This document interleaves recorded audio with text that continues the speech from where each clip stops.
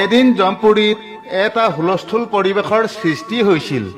জমপুৰীৰ চাৰিওফালে সকলোৱে একেটা কথাই আলোচনা কৰি আছিল।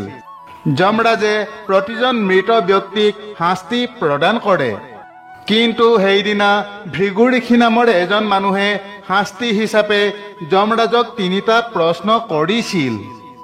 সেইদিনা যদি যমৰাজে এই প্ৰশ্নবোৰৰ উত্তৰ দিব নোৱাৰিলেহেঁতেন, তেন্তে যমৰাজে নিজৰ পদ এৰি দিব লগা হ'লহেঁতেন আৰু যমৰাজে নিজেই মানুহ হিচাপে পৃথিৱীত জন্ম মৃত্যুৰ চক্ৰ পাৰ কৰিব লাগিলহেঁতেন। সেইদিনা সদায় আনক ভয় দেখুওৱা যমৰাজৰ দেহৰ পৰা ভয়তে প্ৰচুৰ ঘাম ওলাই আহিছিল, কিয়নো মনুষ্যৰূপে জন্ম লৈ মানৱ জীৱন যাপন কৰাটো যমৰাজৰ বাবে সহজসাধ্য নাছিল। পিছে যমৰাজক ভয়ভীত কৰা সেই প্ৰশ্নকেইটানো কি আছিল, যি প্ৰশ্ন ভৃগু ঋষিয়ে যমৰাজক সুধিছিল? ঋষি ভৃগুৱে যমৰাজক কৈছিল যে যদিহে আপুনি পাপীসকলক শাস্তি প্ৰদান কৰিবৰ বাবে অধিকাৰ লাভ কৰি এই সিংহাসনত বহি আছে, তেন্তে আপোনাৰ বুদ্ধিও তেওঁলোকতকৈ বহু বেছি হ'ব লাগিব। আজি ভৃগু ঋষি আৰু যমৰাজৰ এই আমোদজনক তথা অতি জ্ঞানবৰ্ধক কাহিনীকেই জানো আহকচোন।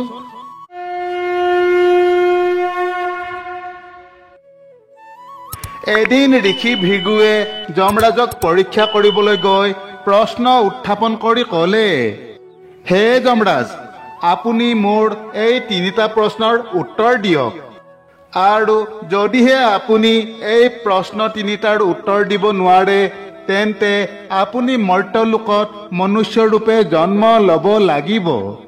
প্ৰথম প্ৰশ্ন, পৃথিৱীত আমাৰ আটাইতকৈ আপোন কোন? দ্বিতীয় প্ৰশ্ন, কোনে বাৰে বাৰে মৃত্যুবৰণ কৰে? আৰু তৃতীয় প্ৰশ্ন, অসুখী হোৱাৰ মূল কাৰণ কি? ভৃগু ঋষিৰ এই প্ৰশ্নবোৰ শুনি বহুত চিন্তা চৰ্চা কৰাৰ পাছত যমৰাজৰ পুৰণি কথাবোৰ মনত পৰিল। কথা সেই সময়ৰ যেতিয়া পঞ্চপাণ্ডৱ আৰু দ্ৰৌপদী মৃত্যুশয্যাত পৰিছিল। যমৰাজে অতীতৰ প্ৰতিটো কথা মনত পেলাবলৈ চেষ্টা কৰিলে। যমৰাজৰ নিৰ্দেশত যেতিয়া দ্ৰৌপদীকে ধৰি 5 পাণ্ডৱ স্বৰ্গলৈ যাবলৈ সাজু হ'ল, তেতিয়া তেওঁলোকে স্বৰ্গাৰোহণ কৰিবলৈ হিমালয়লৈ গৈছিল আৰু এজন এজনকৈ সকলো পাণ্ডৱে নিজৰ দেহ ত্যাগ কৰিছিল। সেই যাত্ৰাকালত প্ৰথমে দ্ৰৌপদীয়ে নিজৰ দেহ ত্যাগ কৰিছিল। কোৱা হয় যে 5 পাণ্ডৱ যেতিয়া শাৰী পাতি আগবাঢ়ি গৈছিল, দ্ৰৌপদী সকলোতকৈ পাছত গৈছিল। গৈ থাকোঁতে দ্ৰৌপদী হঠাৎ বাটত অচেতন হৈ লুটি খাই পৰিছিল। তেতিয়া যুধিষ্ঠিৰে ভীমক সুধিলে, হে ভীম, এইটো কেনেধৰণৰ শব্দ? ভীমে ক'লে, দাদা, শব্দটো শুনি এনে লাগিছে যে আমাৰ মাজৰ এজন যেন পৰি গৈছে। ভীমখেনে কোন পৰি গৈছে চাবলৈ পিছলৈ ঘূৰিলে। তেতিয়া যুধিষ্ঠিৰে ক'লে, পিছলৈ ঘূৰি নাচাবা। হে ভীমখেন, এই মৰ্ত্যলোকত কোনো কাৰো আপোন নহয়। এই ধৰ্মীয় পথত আমি কাৰো বাবে অপেক্ষা কৰিব নালাগে আৰু আমি অতি সোনকালে স্বৰ্গত উপনীত হ'ব লাগিব। তেতিয়া ভীমখেনে যুধিষ্ঠিৰৰ কথাত বাধা দি ক'লে, দাদা, এইগৰাকী দ্ৰৌপদী, যি পঞ্চভাইৰ পত্নী আৰু আমাৰ সকলোৰে অতি প্ৰিয়। আমাৰ সুখৰ বাবে তাই নিজৰ জীৱনকো বাজিত লগাব লগা হৈছিল। পঞ্চস্বামীৰ প্ৰতি তাই পতিব্ৰতা পত্নীৰ ধৰ্ম পালন কৰিছিল। তথাপিও আপুনি তাইৰ কষ্ট কিয় চাব বিচৰা নাই? ভীমৰ এনে কথা শুনি যুধিষ্ঠিৰে ক'লে, ভীমখেন, তুমি ভুল ভাবিছা। মানুহৰ অন্তিম ক্ষণত তেওঁৰ সকলো পাপৰ কথা সোঁৱৰাই দিয়ে। মৃত্যুৰ পাছত ইয়াত আমাৰ কোনোৱেই আপোন নহয়। মানুহে বেয়া কামৰ শাস্তি সদায় ইয়াতে পায়। আৰু দ্ৰৌপদীয়ে আমাৰ 5জনৰ মাজত সদায় বৈষম্য কৰিছিল। তাই 5জন স্বামীৰ সকলোৰে লগত কেতিয়াও একে ভাৱ ৰখা নাছিল। আমাৰ 5জনৰ ভিতৰত তাই অৰ্জুনক আটাইতকৈ বেছি ভাল পাইছিল। এই পাপৰ কাৰণে দ্ৰৌপদী পতিত হৈছে। যুধিষ্ঠিৰৰ এই কথা শুনাৰ পাছত সকলো ভাইয়ে দ্ৰৌপদীক তাতে এৰি আগুৱাই গ'ল। কিছু দূৰ যোৱাৰ পাছত দ্বিতীয়বাৰৰ বাবে আকৌ কোনোবা সৰি পৰাৰ শব্দ শুনা গ'ল। এইবাৰ সহদেৱ পৰিল। ভীমসেনে ক'লে, দাদা, আমাৰ কনিষ্ঠ ভাতৃ সহদেৱ অচেতন হৈ পৰি গৈছে। ভীমে তাত ৰবলৈ সিদ্ধান্ত লৈছিল, কিন্তু যুধিষ্ঠিৰে ভীমসেন আৰু আন ভাতৃসকলক ৰৈ নাথাকিবলৈ পৰামৰ্শ দি ক'লে, সহদেৱে নিজৰ বুদ্ধিক লৈ অহংকাৰ কৰিছিল, যাৰ বাবে এই পৰিস্থিতিৰ সৃষ্টি হৈছে। এতিয়া তেওঁৰ চতুৰ বুদ্ধিয়েও মৃত্যুক ৰোধ কৰিব নোৱাৰিলে। সকলোৱে পুনৰ আগবাঢ়িল। কিছু সময় খোজকাঢ়ি থাকোঁতে আকৌ এবাৰ কোনোবা সৰি পৰাৰ শব্দ আহিল। তেতিয়া ভীমসেনে ক'লে, অনুজ ভাতৃ নকুল অচেতন হৈ পৰি গৈছে। নকুল কিয় পৰিল কওকচোন। তেতিয়া যুধিষ্ঠিৰে ক'লে, নকুলে নিজৰ সৌন্দৰ্যক লৈ বৰ গৌৰৱ কৰিছিল। ইমান ধুনীয়া শৰীৰ থকাৰ পাছতো তেওঁ মৃত্যুৰ পৰা হাৰি যাব নোৱাৰিলে। তাৰ পাছত নকুলক তাতেই এৰি সকলোৱে আগবাঢ়ি গ'ল। কিছু দূৰ যোৱাৰ পাছত অৰ্জুনৰ ভৰি পিছলি যোৱাত তেওঁ তললৈ পৰি গ'ল। তেতিয়া ভীমে অৰ্জুনৰ পাপৰ বিষয়ে জানিব বিচাৰিলে। তেতিয়া যুধিষ্ঠিৰে ক'লে যে অৰ্জুনে নিজৰ ধনুৰ্বিদ্যাক লৈ বৰ গৌৰৱ কৰিছিল। তেওঁ সদায় কৈছিল যে মাত্ৰ এদিনতে মই অকলে সমগ্ৰ পৃথিৱীখন জয় কৰিব পাৰিম। কিন্তু সেই সকলোবোৰ মিছা আছিল। মহাভাৰতৰ যুদ্ধত জয়ী হ'বলৈ অৰ্জুনে 18 দিন সময় লৈছিল। যিহেতু অৰ্জুনে নিজৰ ধনুৰ্বিদ্যাক লৈ ইমান গৌৰৱ কৰে, গতিকে এই পৰিস্থিতিত যুঁজি তেওঁ মৃত্যুকো পৰাস্ত কৰি দেখুৱাওক। যুধিষ্ঠিৰে এইদৰে কোৱাৰ পাছত অৰ্জুনক তাতে এৰি পুনৰ দুয়োজনে আগুৱাই গ'ল। অলপ আগুৱাই যোৱাৰ পাছত ভীমসেনো তললৈ সৰি পৰিল। তেতিয়া ভীমে চিঞৰি উঠিল, দাদা, মই জানো যে তুমি মোলৈও ঘূৰি নোচোৱা। গতিকে যোৱাৰ আগতে অন্ততঃ মোৰ পাপৰ কথা কৈ যাওক। হে বিশালকায় ভীমসেন, তোমাৰ এইটোৱেই দোষ আছিল যে তুমি বহুত বেছি খাদ্য খাইছিলা আৰু কেতিয়াও ব্ৰত পালন কৰা নাছিলা। সদায় আনতকৈ নিজৰ পেটৰ কথা বেছিকৈ ভাবিছিলা। জানানে, দেৱতাই এবাৰ খায়, মানুহে দুবাৰ খায়, দৈত্যই 3বাৰ খায়, আৰু সকলোতকৈ বেছি খাদ্য খায় কুকুৰে। ভীম আছিল অতি লোভীয়া মানুহ। তেওঁ খাবলৈ ভাল পাইছিল। নিজৰ বল শক্তিক লৈ তেওঁ অনেক গৌৰৱ কৰিছিল। সেইবাবেই ভীমসেনৰ এই দুৰ্গতি হ'ল আৰু তেওঁৰ মৃত্যু হ'ল। এইসকলৰ সকলোৱেই কোনোবা নহয় কোনোবা সময়ত ধৰ্ম ত্যাগ কৰি অহংকাৰত নিজৰ বাবে নৰকৰ দুৱাৰ খুলি লৈছিল। আনহাতে যুধিষ্ঠিৰে নিজৰ জীৱনত সদায় কেৱল ধৰ্মৰ পথ গ্ৰহণ কৰিছিল। সেয়েহে শেষলৈকে যুধিষ্ঠিৰ স্থিৰ হৈ থাকি স্বৰ্গৰ পথত আগবাঢ়িল। যুধিষ্ঠিৰৰ লগত কুকুৰ এটাও আছিল। সেই কুকুৰটো গোটেই পথছোৱাত যুধিষ্ঠিৰৰ লগত আছিল। এই কুকুৰটোৱে জীৱনকালত ভাল কাম কৰিছিল। সেয়েহে কুকুৰটো যুধিষ্ঠিৰৰ সৈতে স্বৰ্গলৈ আহিছিল। এতিয়া যমৰাজৰ যুধিষ্ঠিৰৰ কথা মনত পৰিল। তেতিয়া যমৰাজে ভৃগু ঋষিক ক'লে, বিদ্যামিত্ৰম প্ৰবাসেষু ভাৰ্যামিত্ৰম গৃহেষু চ ব্যাধিষ্ঠ শৌষধম মিত্ৰম ধৰ্মমিত্ৰম মৃতস্য চ।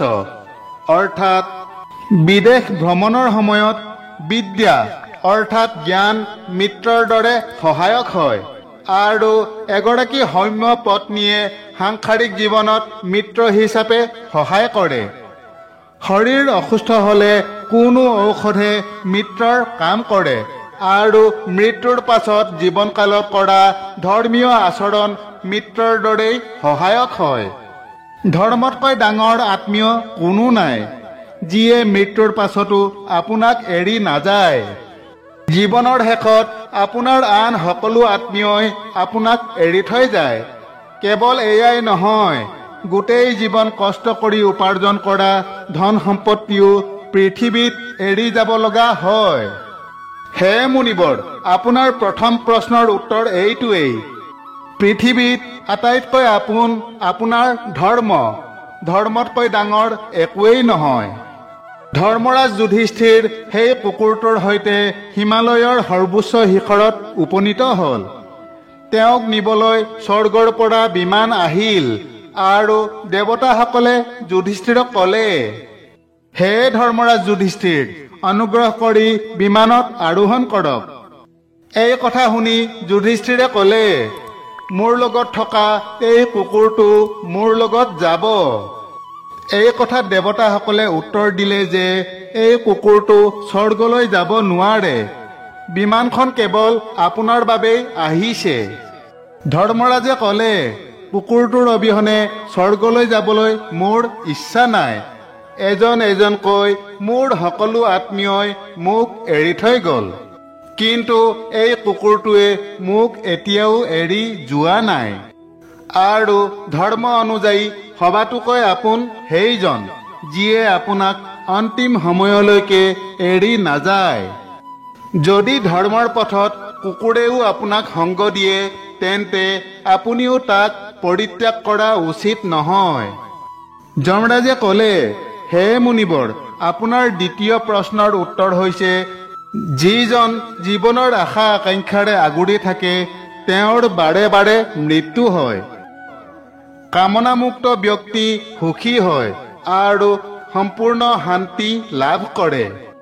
বহু সময়ত অৰ্থহীন চিন্তা আৰু চূড়ান্ত কামনাৰ বাবে অপ্ৰয়োজনীয় চিন্তা আৰু মানসিক চাপত পৰি আমি মৃত্যুমুখত পৰোঁ। যিহেতু আমাৰ ইচ্ছা ত্যাগ কৰি আমি শ্বহীদ হ'ব পাৰোঁ আৰু ইয়াৰ পৰা মুক্ত হ'ব পাৰোঁ। যমৰাজৰ মনটো এতিয়া অলপ ভাল লাগিছিল, কাৰণ তেওঁ দুটা প্ৰশ্নৰ শুদ্ধ উত্তৰ দিছিল। এতিয়া তৃতীয় প্ৰশ্নটো আছিল, কোনে বাৰে বাৰে দুখী হৈ থাকে? যেতিয়া যমৰাজে ভাবিব ধৰিলে, তেতিয়া তেওঁৰ পৃথিৱীত ভ্ৰমণ কৰি থকা এটা দিনৰ কথা মনত পৰিল। কথাটো হ'ল, বিশালপুৰত এজন খুব ধনী ব্যৱসায়ী আছিল। তেওঁৰ ব্যৱসায়টো বহুত ভালকৈ চলি আছিল আৰু তেওঁৰ হাতত বহুত টকা আছিল। এদিন ব্যৱসায়ীজনে নিজৰ ঘৰত থাকি অস্থিৰ হৈ পৰিছিল।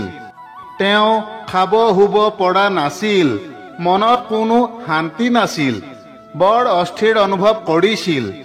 স্বামীক অস্থিৰ দেখি পত্নীয়ে সুধিলে, হে স্বামী, আপোনাৰ কি হৈছে?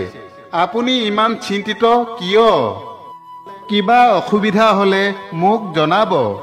পত্নীৰ কথাত ব্যৱসায়ীজনে একো নকলে, মাথো নিমাত হৈ থাকিল। তাৰ পাছদিনাও তেওঁৰ অৱস্থা একেই আছিল। তেতিয়া পত্নীয়ে বহুত জোৰ দি ক'লে, আপুনি কি চিন্তাত আছে সেই কথা মোক এতিয়াই ক'ব লাগিব।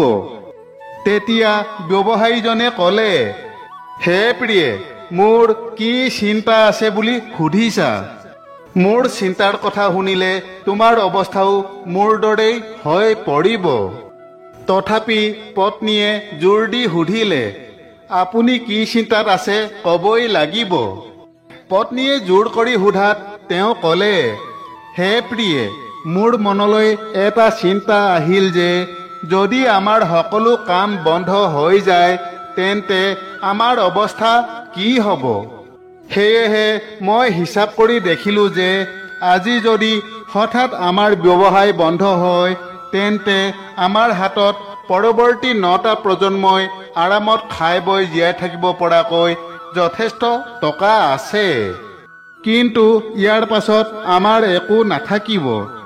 9টা প্ৰজন্মৰ পাছত আমাৰ পৰৱৰ্তী প্ৰজন্মৰ ল'ৰা ছোৱালীয়ে কি খাব আৰু কেনেকৈ জীয়াই থাকিব সেই লৈ মই চিন্তিত। এই কথা ভাবি মোৰ বৰ দুখ লাগিছে। তাকেই চিন্তা কৰি মই কোনো উপায় উলিয়াব পৰা নাই। সেই ব্যৱসায়ীজনৰ পত্নী বৰ বুদ্ধিমান আছিল। তাই ক'লে, ঠিক আছে, আপুনি চিন্তা নকৰিব। কালিলৈ আমি মা দেউতাৰ ঘৰৰ সাধুজনৰ ওচৰলৈ গৈ আমাৰ সমস্যাৰ কথা সুধিম। আজি আপুনি শুই থাকক। পত্নীৰ কথা শুনি ব্যৱসায়ীজন শুই পৰিল। পাছদিনা দুয়োজনে গৈ সাধুৰ আশ্ৰম পালেগৈ। ব্যৱসায়ীজনৰ পত্নীয়ে সাধুজনক উপহাৰ হিচাপে দিবলৈ কিছুমান বস্তু লৈ আহিছিল। তেওঁ সাধুজনক ফল প্ৰসাদ আদি বস্তুবোৰ দিব বিচাৰিছিল। তেতিয়া সাধুজনে এজন শিষ্যক মাতি সুধিলে, আশ্ৰমত এতিয়া কিমান খাদ্য বাকী আছে? তেতিয়া শিষ্যজনে ক'লে, হে গুৰুদেৱ, আজি ৰাতিৰ বাবে সকলো বস্তু আছে। কালিলৈ ৰাতিপুৱাৰ বাবে একো নাথাকিব। তেতিয়া সাধুজনে ক'লে, হে দেৱী, আপোনাৰ বস্তুবোৰ আমি গ্ৰহণ কৰিব নোৱাৰোঁ, কিয়নো আমাক সেইবোৰ বস্তুৰ বৰ্তমান প্ৰয়োজন নাই। এই মুহূৰ্তত আমাৰ ওচৰত খাবলৈ যথেষ্ট বস্তু আছে।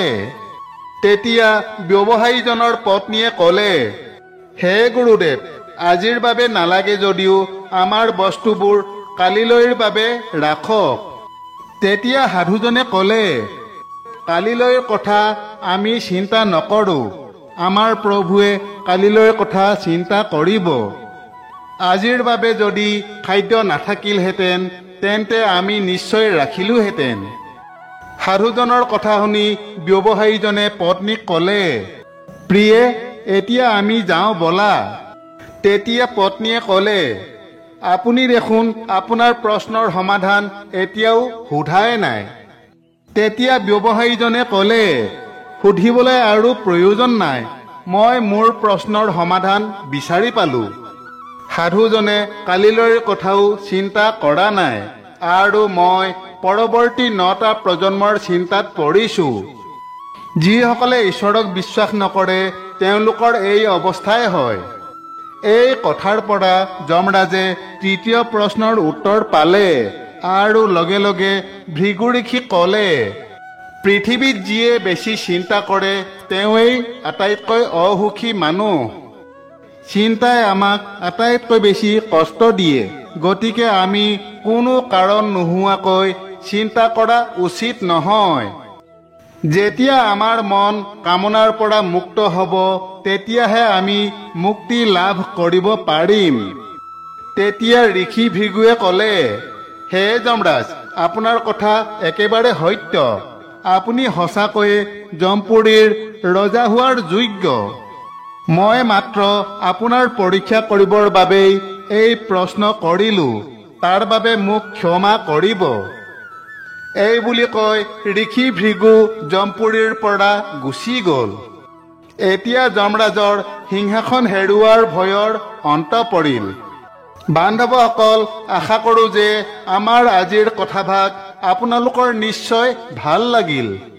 আগলৈ অন্য এক নতুন কথাৰ সৈতে পুনৰ লগ পোৱা আশাৰে তথা আপোনালোক সকলোৰে কুশল কামনাৰে আজিলৈ সামৰিছোঁ। জয় শ্ৰীকৃষ্ণ।